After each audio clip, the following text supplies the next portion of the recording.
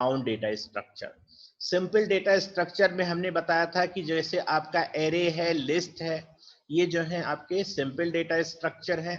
Compound data structure भी हम लोगों ने दो पार्ट में क्लासिफाइड किया था।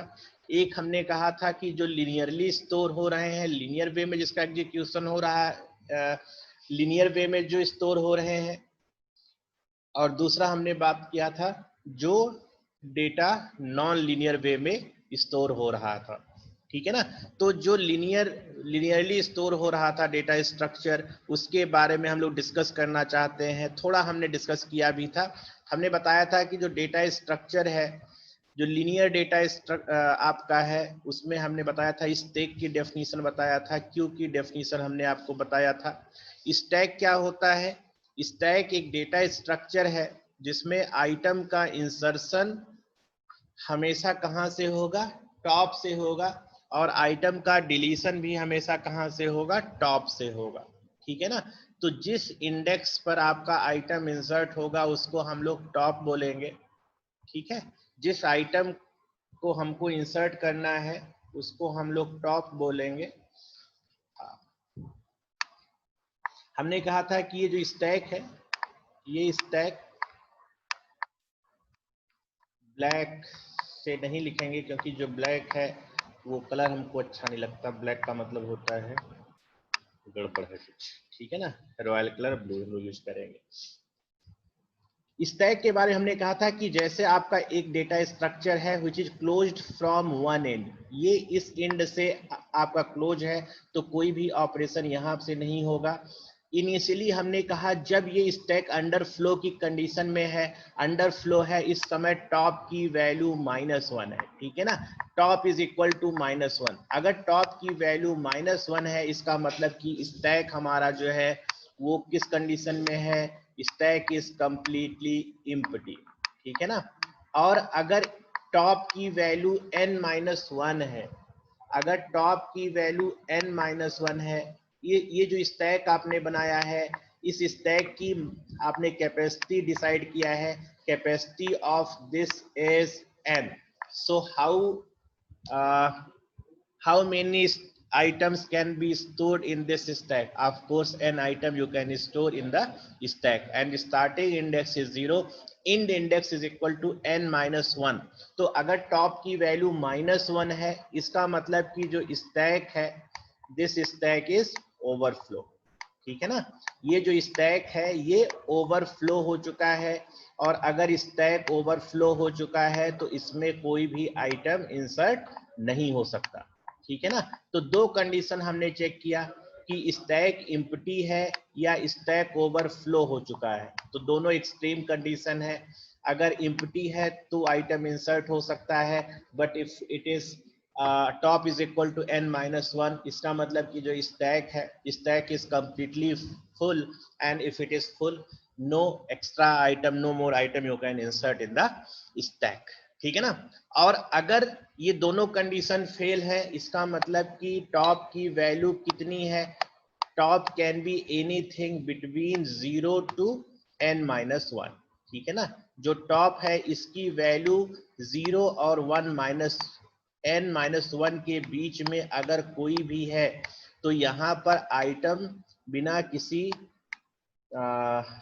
एरर के, बिना किसी टेंशन के कोई भी आइटम इंसर्ट हो जाएगा। ठीक है ना। एक चीज हमने बताया था कि this is a kind of array which is closed from one and.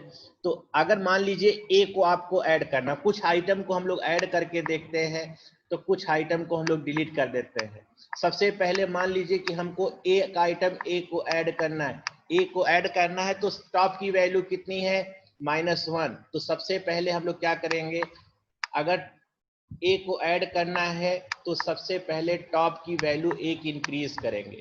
ठीक है ना। Initially top is equal to -1, it is raised by 1। So what is top? Top is 0।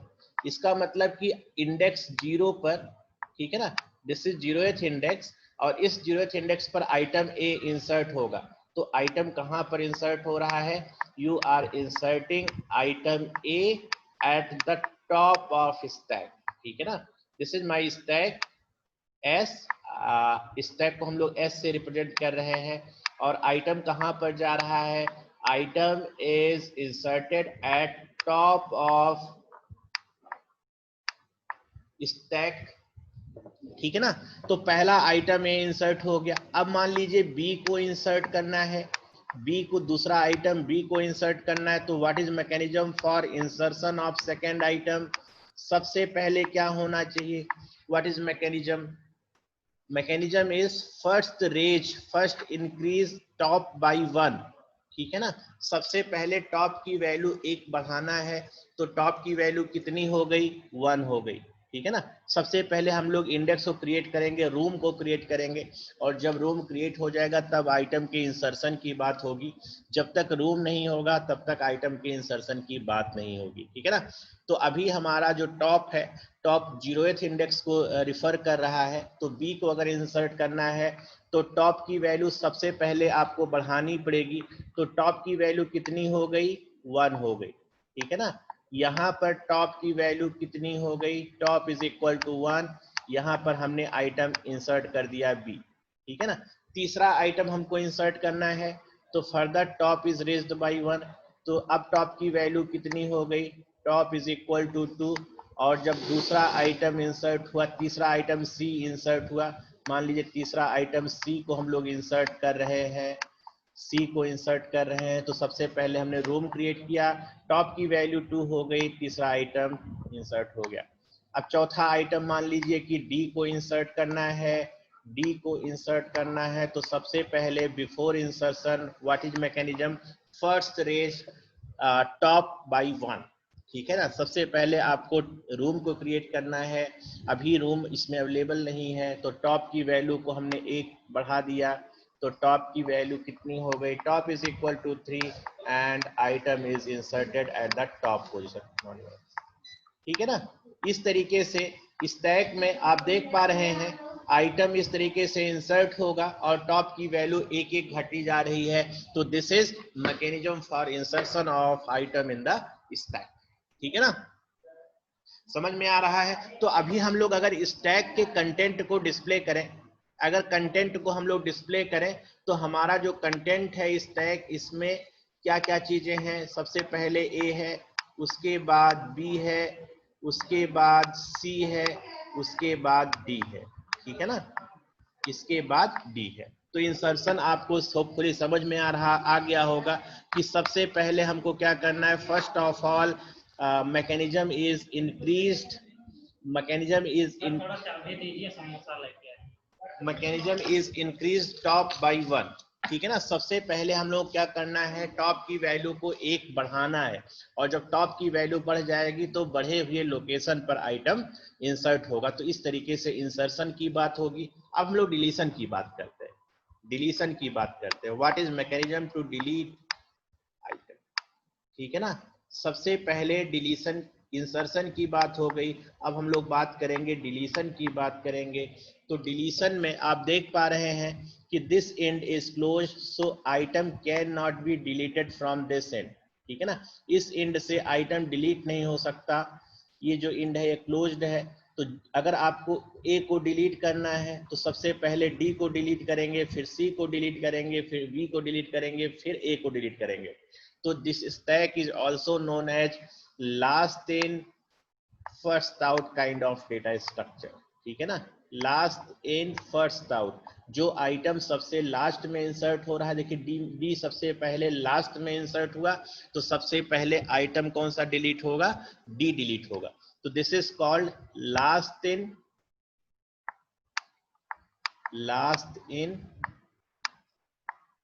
First out, ठीक है ना।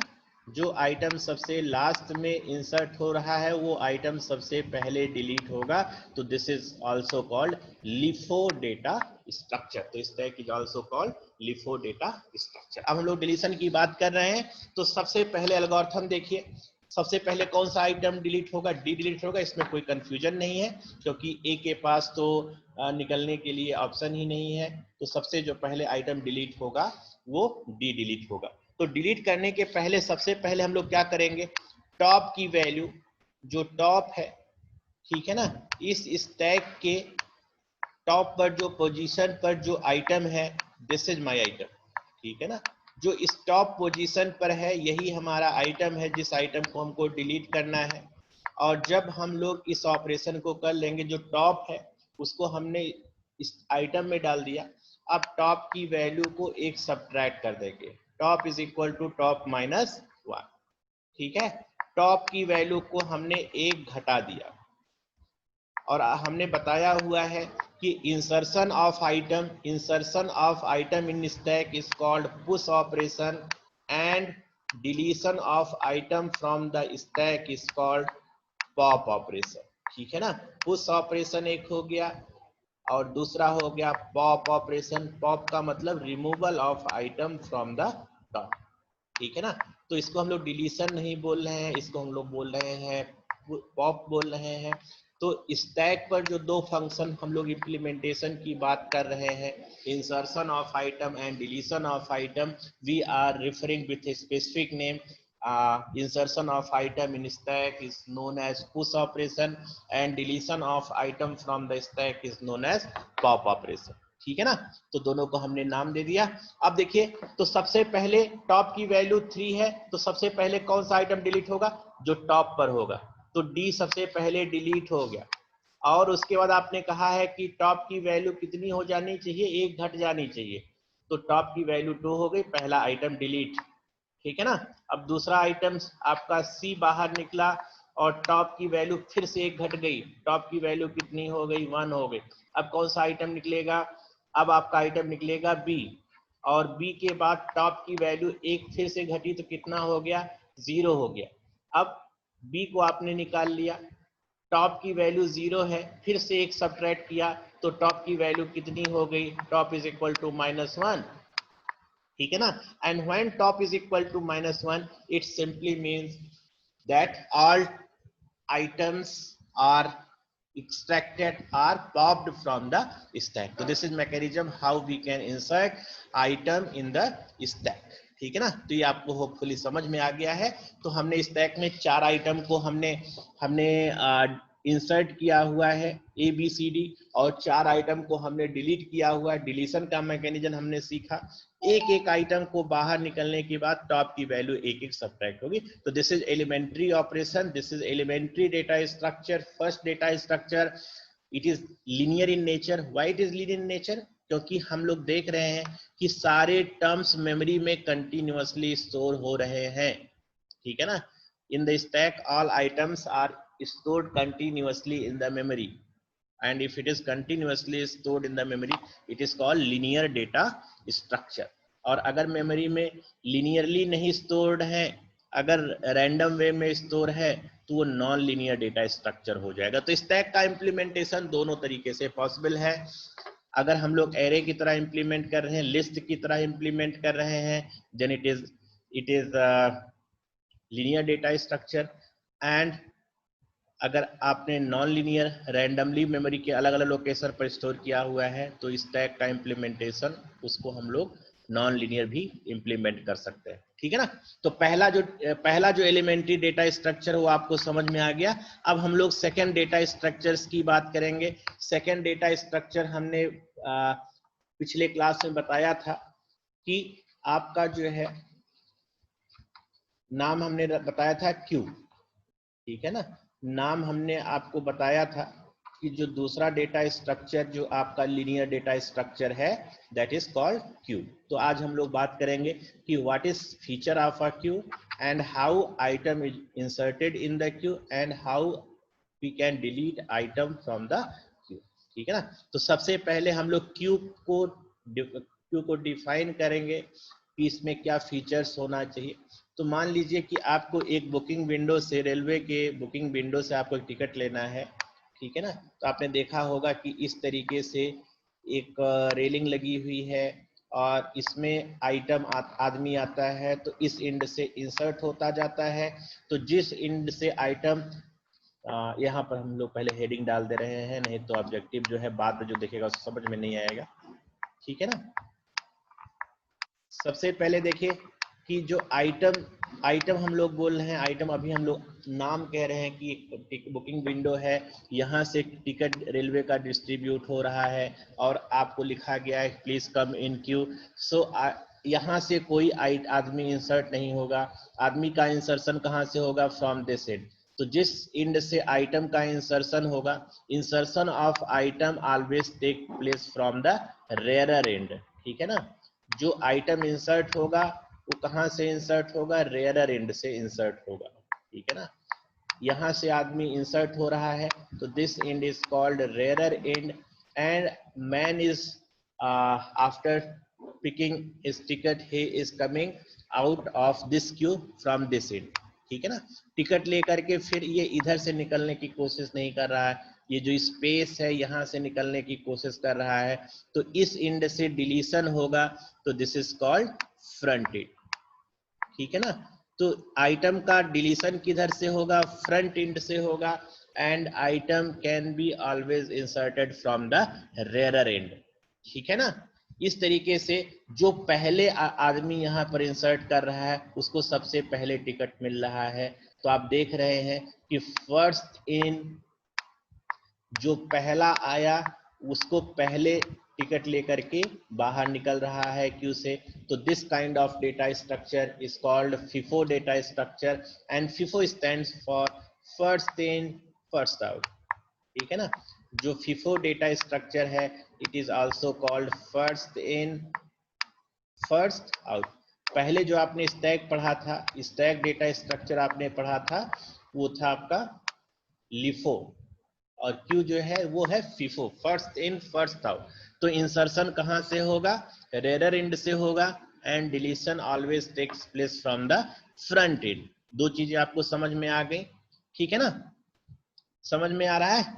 अब हम लोग बात करेंगे कि जब फ्रंट और रेयर की वैल्यू -1, ठीक है ना, इंसर्शन की बात। सबसे पहले हम लोग बात करेंगे कि आइटम इंसर्ट कैसे होगा, and what is condition for insertion of item in the queue, and what is condition for deletion of item from the queue। तो देखिए आइटम का इंसर्शन कब होगा? जब इस क्यू में, मान लीजिए कि इस क्यू की कैपेसिटी कितनी है? Capacity of this queue is n। ठीक है ना? Capacity of this queue is n। So if capacity is n, so we can store n item and static index is 0। ठीक है ना? 0 and end index is n-1। ठीक है ना? तो यहां पर देखिए कि अगर रेयर की वैल्यू n-1 है, if rear is equal to n-1, इसका मतलब कि आइटम जो आपका क्यू है, क्यू पहले से ही फुल है और आइटम इंसर्ट नहीं हो सकता। ठीक है ना? तो अगर हमने कहा कि रेयर की वैल्यू, सबसे पहले हम लोग रेयर चेक करेंगे कि रेयर की वैल्यू है कितनी। ठीक है ना? और अगर रेयर की वैल्यू कितनी है? n-1 है। इसका मतलब क्या हुआ? इसका सिर्फ एक इन्फरेंस निकलता है कि जो आपका क्यू है, ठीक है, जो आपका क्यू है ये पहले से ही फुल है, क्यू इज ओवरफ्लो। और अगर क्यू ओवरफ्लो है इसका मतलब we can not add new item in the queue. ठीक है? अगर क्यू ओवरफ्लो है तो इसका मतलब कोई भी आइटम इसमें इंसर्ट नहीं होगा। और अगर रेयर की वैल्यू, इफ रेयर इज -1, अगर रेयर की वैल्यू -1 है, इसका मतलब क्या हुआ? इसका सिर्फ एक ही मतलब निकलता है कि जो क्यू है वो आपकी इम्पटी। ठीक है ना? इफ रेयर इज -1, इसका मतलब कि जो आपका क्यू है वो इम्पटी है। ठीक है ना? एल्गोरिथम को हम लोग समझ रहे हैं कि कैसे इंसर्शन होगा। तो अगर इम्पटी है तो पहले आइटम के इंसर्ट होने में कोई इशू नहीं है। ठीक है ना? अगर इनिशियली क्यू इम्पटी है तो हम लोग कहां पर आइटम को इंसर्ट करेंगे? 0th पोजीशन पर इंसर्ट करेंगे। तो अगर 0th पोजीशन पर इंसर्ट कर रहे हैं तो फ्रंट की वैल्यू कितनी होनी चाहिए? Front is equal to rear, और रेयर इज इक्वल टू 0। ठीक है ना? अगर क्यू इम्पटी है तो हम लोग क्या कर देंगे? फ्रंट को हम कहेंगे रियर के बराबर है, and rear is equal to 0। तो आइटम कहां पर इंसर्ट होगा? क्यू के रेयरर एंड पर इंसर्ट होगा। ठीक है ना? आइटम कहां पर इंसर्ट हो रहा है? आइटम इंसर्ट हो रहा है क्यू के रेयरर एंड पर। ठीक है ना? तो जो आइटम का इंसर्शन हो रहा है, जो पहला टर्म आया, मान लीजिए कि इस क्यू में, अब थोड़ा सा मैकेनिज्म हम लोग एग्जाम्पल लेकर के डिस्कस कर रहे हैं। मान लीजिए कि ए आइटम को इसमें ऐड करना है। Initially queue is empty, when we create it at the time of creation queue is empty. ठीक है, क्यू में कोई टर्म नहीं है, और अगर क्यू में कोई टर्म नहीं है तो फ्रंट और रेयर की वैल्यू कितनी है, front is equal to rear is equal to -1। तो सबसे पहले रेयर की वैल्यू हम लोग क्या करेंगे, रेयर की वैल्यू 1 बढ़ाएंगे। ठीक है ना, रेयर की वैल्यू को हमने 1 बढ़ाया तो रेयर की वैल्यू कितनी हो गई, रेयर की वैल्यू 0 हो गई। ठीक है ना, रेयर की वैल्यू 0 हो गई, तो यहाँ पर रेयर है। ठीक है ना, दिस इज माई रेयर। और रेयर को हम पूरा ना लिख करके लिख दे रहे हैं R, just to save time so that we can explore more thing in the time constraint, the time limit. ठीक है ना, तो रेयर की वैल्यू 1 हो गई, रेयर इज इक्वल टू 1, और पहला आइटम ए यहाँ पर इंसर्ट हो गया। ठीक है, अब मान लीजिए बी को इंसर्ट करना है, दूसरा आइटम बी को इंसर्ट करना है, तो बी कैसे इंसर्ट होगा, बी की वैल्यू सबसे पहले हम लोग रेयर की वैल्यू को 1 बढ़ाएंगे, तो रेयर की वैल्यू कितनी हो गई, what is value of rear, rear की वैल्यू 2 हो गई। ठीक है ना, और दूसरा आइटम यहाँ पर इंसर्ट हो गया। इसी तरीके से अगर आपको सी को इंसर्ट करना है, अगर आपको सी को इंसर्ट करना है तो सबसे पहले रेयर की वैल्यू को हम लोग बढ़ाएंगे, तो रेयर की वैल्यू 2 थी, हमने रेयर की वैल्यू को कितना कर दिया, रेयर इज इक्वल टू 3, और यहाँ पर सी इंसर्ट हो गया। अगली बार रेयर की वैल्यू कितनी हो जाएगी, 4, and item D is inserted at this point. ठीक है ना, चौथा आइटम डी। अब हमने 4 आइटम को हमने इंसर्ट कर लिया है। जो कंटेंट को अगर हम लोग डिस्प्ले करें, if we simply display content of this queue, we can see the content of this queue is A B C D. ठीक है ना, अब अगर हम लोग बढ़ाते बढ़ाते मान लीजिए कि अच्छा यहाँ पर हमने R1 लिख दिया है, this is not true, this is 0। ठीक है ना, रेयर इज इनिशियली 0, 1 2 3। ठीक है ना, एक थोड़ा सा माइनर करेक्शन यहाँ पर कर दे रहे हैं, क्योंकि इनिशियली रेयर की वैल्यू जो इंडेक्स जो है तो 0 होता है। ठीक है ना, तो मान लीजिए कि लास्ट टर्म आ गया, जब आपने इसको क्रिएट किया तो ये 10 टर्म्स का आपने क्यू क्रिएट किया है, so you can insert 10 items in this Q. तो जब 10th आइटम यहाँ पर इंसर्ट हो गया, ठीक है ना, तो जब 11th आइटम इंसर्ट करने की कोशिश करेंगे तो क्या लिख करके आएगा कि क्यू जो है वो आपका ओवरफ्लो हो चुका है, you can not insert more items. ठीक है ना, तो ये आपको इंसर्शन एकदम पूरी तरीके से समझ में आ गया है। अब हम लोग डिलीशन की बात करेंगे। ठीक है, कि इस क्यू से आइटम डिलीट कैसे होगा, and what is mechanism to delete item from this queue. ठीक है ना, तो सबसे पहले देखिए, जब अभी जो प्रेजेंट पोजीशन है उसमें फ्रंट की वैल्यू कितना है, what is my front, front is equal to 0, और इंसर्शन होने में फ्रंट का कोई रोल है ही नहीं। ठीक है, इंसर्शन होने में फ्रंट का कोई रोल नहीं है, सिर्फ किसका रोल है, रेयरर एंड का रोल है। आइटम रेयरर एंड से इंसर्ट हो रहा है, फ्रंट का कोई रोल नहीं है। लेकिन डिलीशन में अपोजिट हो जाएगा, डिलीशन में किसका रोल हो जाएगा, डिलीशन में रोल होगा फ्रंट का। तो सबसे पहले क्यू के जो फ्रंट पर जो चीज है, क्यू के फ्रंट पर पहली बार, ठीक है ना, क्यू के फ्रंट पर जो चीज है, इसी आइटम में हमारा इंटरेस्ट है, इसी आइटम में हमारा इंटरेस्ट है, इसी आइटम को हम लोग डिलीट करना चाहते हैं। ठीक है ना, इसी आइटम को हम लोग डिलीट करना चाहते हैं, which is present at front of the queue। तो जब फ्रंट की वैल्यू जो थी इसको हमने डिलीट कर दिया, तो अगर पहला आइटम डिलीट हो गया तो फ्रंट की वैल्यू कितनी हो जानी चाहिए, बताइए, घटनी चाहिए कि बढ़नी चाहिए। हम लोग किधर मूव कर रहे हैं, हम लोग राइट डायरेक्शन में मूव कर रहे हैं, यहाँ पर मूव कर रहे हैं, तो फ्रंट की वैल्यू कितनी हो जानी चाहिए, फ्रंट +1 हो जानी चाहिए। ठीक है ना, front is equal to front +1। तो पहला आइटम आपका यहां से देखिए, पहला आइटम कौन सा डिलीट होगा, ए डिलीट हुआ। जब ए डिलीट हुआ तो फ्रंट की वैल्यू कितनी हो गई, फ्रंट इज इक्वल टू 2, ठीक है ना। अब फ्रंट यहाँ को पॉइंट कर रहा है, अगला आइटम कौन सा डिलीट होगा, बी, फिर फ्रंट की वैल्यू कितनी हो गई, एक और बढ़ गई, 3 हो गई, अगला आइटम डिलीट कौन सा होगा, सी डिलीट होगा, फिर फ्रंट की वैल्यू बढ़ के कितनी हो गई, 3 हो गई, एंड सो ऑन, ठीक है ना। लेकिन ये तब हम लोग मान रहे हैं कि जब यहाँ पर स्टैक में कुछ, ये जो आपने क्यों बनाया है इसमें कुछ टर्म है, लेकिन अगर इस तरीके से फ्रंट की वैल्यू बढ़ते बढ़ते कितनी हो जाए, आप देख रहे हैं फ्रंट की वैल्यू बढ़ रही है लेकिन बढ़ते बढ़ते कितनी हो गई, n-1 हो गई, ठीक है ना।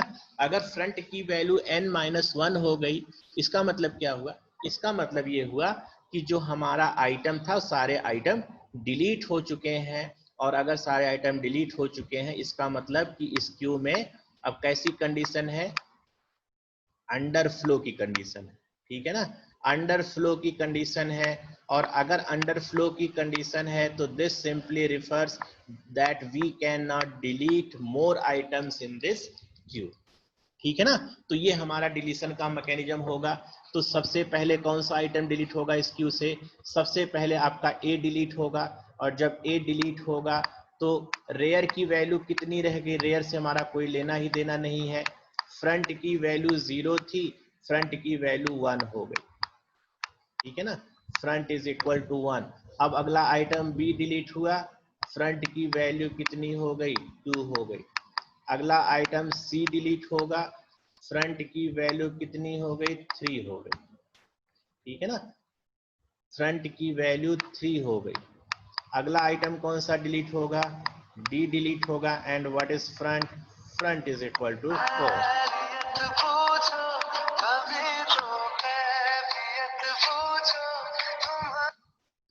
फ्रंट इज इक्वल टू 4, ठीक है ना। तो आप देख पा रहे हैं कि जब हम लोग आइटम को डिलीट कर रहे हैं, when you are deleting item, front is increased by 1, तो फ्रंट की वैल्यू बढ़ते बढ़ते एक समय ऐसा आएगा जब फ्रंट की वैल्यू कितनी हो गई, n-1 हो गई। और अगर फ्रंट की वैल्यू n-1 हो गई, it simply refers that all items has deleted from this queue, so no more item left for deletion। तो ये आपका डेटा स्ट्रक्चर हमने पढ़ा हुआ था, सिर्फ हम लोगों को इम्प्लीमेंटेशन की बात करनी थी और 2-4 आइटम को हमको इंसर्ट करना था, ठीक है ना, 2-4 आइटम को हमको इंसर्ट करना था। तो इस तरीके से आइटम के इंसर्शन की बात कंप्लीट हो गई, ठीक है ना। तो आपको होपफुली स्टैक समझ में आ गया है, क्यों समझ में आ गया। अभी तक हमने जो दोनों डेटा स्ट्रक्चर हमने पढ़े, स्टैक और क्यू, एक अजम्पशन इसमें हिडन है जिसको आपको समझना पड़ेगा, with one assumption that stack in the stack and queue all items are stored continuously, ठीक है ना। जो आइटम्स है वो मेमोरी में कंटिन्यूअसली स्टोर्ड है, एरे के फॉर्म में स्टोर है, तब इस तरीके से डिलीशन की बात हम लोग कर रहे हैं। But if items are not stored continuously then deletion and insertion mechanism will be different, ठीक है ना। तब ये इंसर्शन और डिलीशन का जो मैकेनिज्म होगा वो अलग होगा। समझ में आ रहा है। एक बार मैं पूछ लेता हूं किसी से पूछ लेता हूं, एक रैंडमली किसी से पूछ लेता हूं। अक्षत कुंतल, यस सर। समझ में आ रहा है। यस सर, आ रहा है समझ में। हाँ ठीक है। अब हम लोग बात करेंगे एक नॉन लीनियर डेटा स्ट्रक्चर की बात करेंगे और देखेंगे कि how you can differentiate linear data structure with non linear data structure, ठीक है ना। What is basic difference between linear and non linear data structure.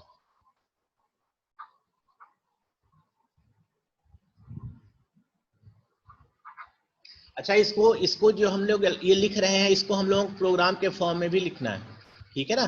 तो कोड लिख के हम आपको दिखाएंगे। फिलहाल ये जो है जो थ्योरेटिकली हम लोग समझ लेते हैं, बाकी इंसर्शन डिलीशन ये सब सारी चीजें जो है और हम लोग कहाँ पर इसका प्रयोग करेंगे वो भी समझना है, ठीक है ना। इसका रियल लाइफ में यूज कहाँ पर होगा। जैसे आपने देखा होगा एडमिशन के लिए जब एडवर्टीजमेंट निकलता है तो अगर एंट्रेंस एग्जाम पर है तो ठीक है, लेकिन अगर एंट्रेंस एग्जाम पर नहीं है तो वहां पर एडमिट लिखा होता है फर्स्ट कम फर्स्ट सर्व, ठीक है, admission on the basis of first come first serve. इसका मतलब कि जिस तरीके से ऑर्डर में आप आएंगे उसी ऑर्डर में एडमिशन होगा। तो that is basically you are implementing queue data structure, ठीक है ना। ये जो पहले आ रहा है उसका एडमिशन पहले हो रहा है, तो this is kind of Q, ठीक है ना। अब हम लोग बात करते हैं, देखिए एक हमारे पास एक मतलब ऐसे समझिए कि ये जो है रूम्स है, ठीक है ना, ये रूम्स है, इस तरीके से कुछ रूम्स बने हुए हैं और इसका अलग अलग एड्रेसेस है, ठीक है ना, इसके अलग अलग एड्रेसेस हैं। ये मान लीजिए कि ये रूम नंबर ए है, ठीक है ना, दिस इज रूम नंबर आई से this is room number 1, this is room number 5, this is 3, this is 4 and this one is 2। तो यहां पर देखिए रूम्स जो है वो कंटिन्यूअसली स्टोर नहीं है। रूम का मतलब ऐसे समझिए कि room is simply address of this one, ठीक है ना। मान लीजिए इस रूम में पर्सन ए है, इस रूम में पर्सन बी है, यहां पर पर्सन सी है, यहां पर पर्सन डी है, यहां पर पर्सन ई है। तो ये जो रूम नंबर है, ये what this refers, room numbers simply refers, ये जो रूम नंबर है, ठीक है, ये जो रूम नंबर है ये क्या रिप्रेजेंट कर रहा है, एड्रेस रिप्रेजेंट कर रहा है, एड्रेस ऑफ टर्म्स, ठीक है ना।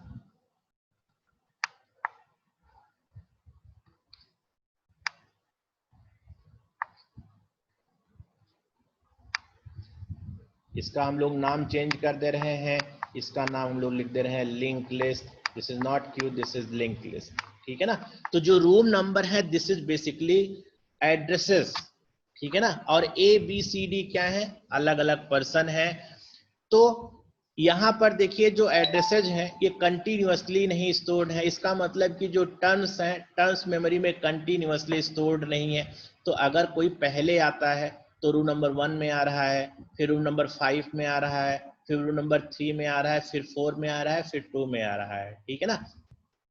तो आइटम आप देख पा रहे हैं कि आइटम मेमोरी में कंटिन्यूअसली स्टोर्ड नहीं हो करके डिफरेंट लोकेशन पर स्टोर है। तो अगर हमको ए से बी में जाना है तो ए के पास क्या होना चाहिए बताइए।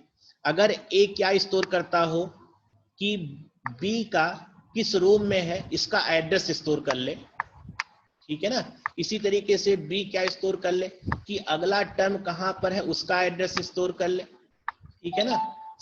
जो सी है, सी मेमोरी में अगला टर्म कहां पर है उसका एड्रेस स्टोर कर ले, डी मेमोरी कहां स्टोर है उसका एड्रेस स्टोर कर ले।